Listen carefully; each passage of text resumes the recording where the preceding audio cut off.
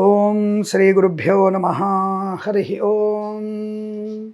అగజానన పద్మార్కం గజానన మహర్నిశం అనేకదంతం భక్తానాం ఏకదంతముపాస్మహే. అందరికీ నమస్కారం. Welcome to our ఛానల్ని సబ్స్క్రైబ్ చేయండి, షేర్ చేయండి.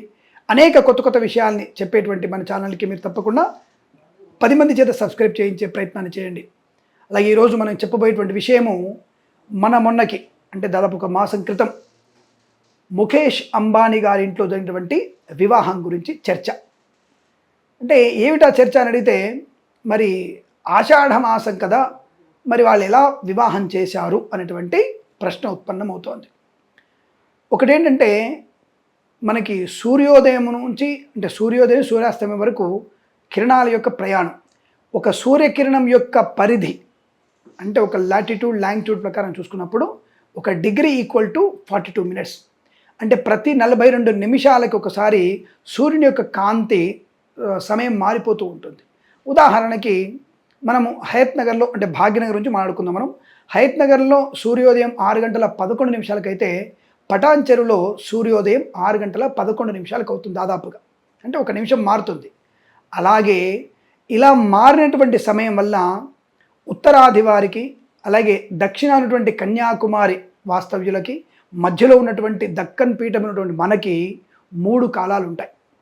కాబట్టి ఇక్కడ ఆషాఢ మాసం ఆల్రెడీ అయిపోయిన తర్వాత ఇప్పుడు అక్కడ ఆషాఢ మాసం ఇంకా 10 రోజులు ఉంది ఇక్కడ తమిళనాడులో.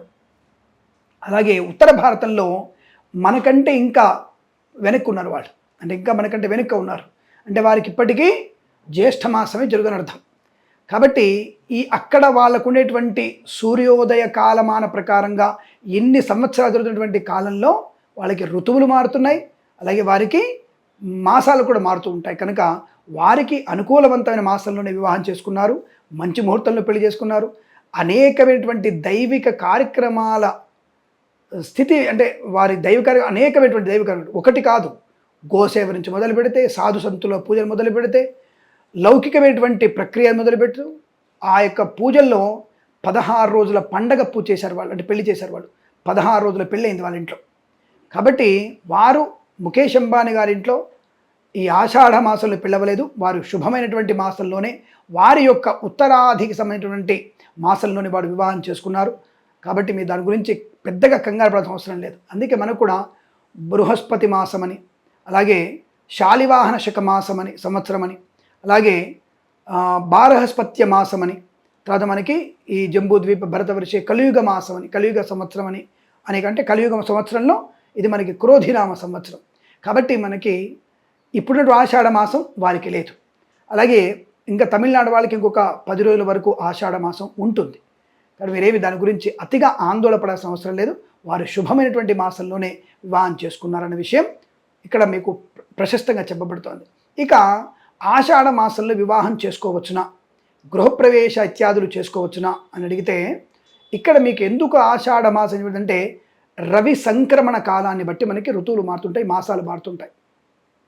మనకి మకర సంక్రమణం జనవరి 14వ తేదీన మకర రాశిలోకి రవి ప్రవేశించడాన్ని మకర సంక్రమణం అని, అలాగే మనకి ఫిబ్రవరిలో కుంభం, మార్చిలో మీనం, అలా మనకి ఏప్రిల్లో మేషం, మేలో వృషభంలో, జూన్లో మనకి ఇక్కడ ఉంటూ, తర్వాత జూలై ఆగస్టులో కర్కాటక సంక్రమణలో, ఎక్కడైతే కర్కాటక సంక్రమణం జరుగుతుందో అక్కడ మనకి ఆషాఢ మాసం ఉత్పన్నమవుతుంది.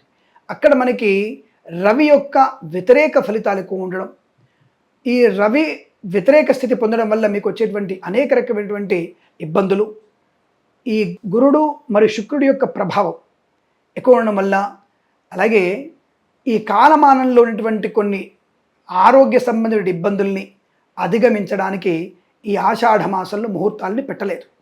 సైంటిఫిక్గా రీజన్ ఏంటంటే, ఈ ఆషాఢ మాసంలో జరిగిన శుభ సంఘటనలన్నీ కూడా అగ్నిదగ్ధం అవ్వడము, ఆలస్యం అవ్వడము లాంటివి జరిగినటువంటి సందర్భానుసారంగా ఆషాఢ మాసంలో మీకు ఎటువంటి శుభముహూర్తాలని ఉంచరు. రవి అస్తంగత పొందడం, రవి శుక్రుల కలయిక ఎక్కువ ఉండడం, వాటి వల్ల ఈ ఆషాఢ మాసంలో ముహూర్తాలు పెట్టుకోరు, శుభకార్యాలు పెట్టరు. జరపడం వల్ల అనర్థము జరిగేటువంటి అవకాశాలు ఎక్కువగా ఉంటాయి. కనుక ఈ ఆషాఢ మాసంలో మీకు ముహూర్తాలు చేయరు. మరి వెంటనే శ్రావణ మాసంలో మనకి బ్రహ్మాండ ముహూర్తాలు ఉన్నాయి. పండగ వాతావరణం, వరలక్ష్మి వ్రతాలు, మంగళూరు వ్రతాలు, పెళ్ళిళ్ళు, శుభకార్యాలు, గృహప్రవేశాలు, బ్రహ్మాండమైనటువంటి శుభయోగాలు పొందుకునేటువంటి అదృష్టంగా చెప్పవచ్చును. కాబట్టి ఈ ఆషాఢ మాసంలో మీకు ఎటువంటి శుభకార్యాలు జరపరు. అలాగే మనకి విశేషంగా అంబానీ గారింట్లో, ముఖేష్ అంబానీ గారింట్లో నేను పెళ్లి ఆషాఢ మాసంలో జరిగిన విషయాన్ని గుర్తించండి. శ్రావణ మాసంలో శుభయోగాలు, శుభ ముహూర్తాలు బోలెడున్నాయి. అందులో మీకు వివాహ శుభయోగాల పరంపర కొనసాగుతూ తెలియజేసుకుంటూ సర్వేజన సుఖినో భవంతు. ప్రేమతో మీ కిరణ్ శర్మ.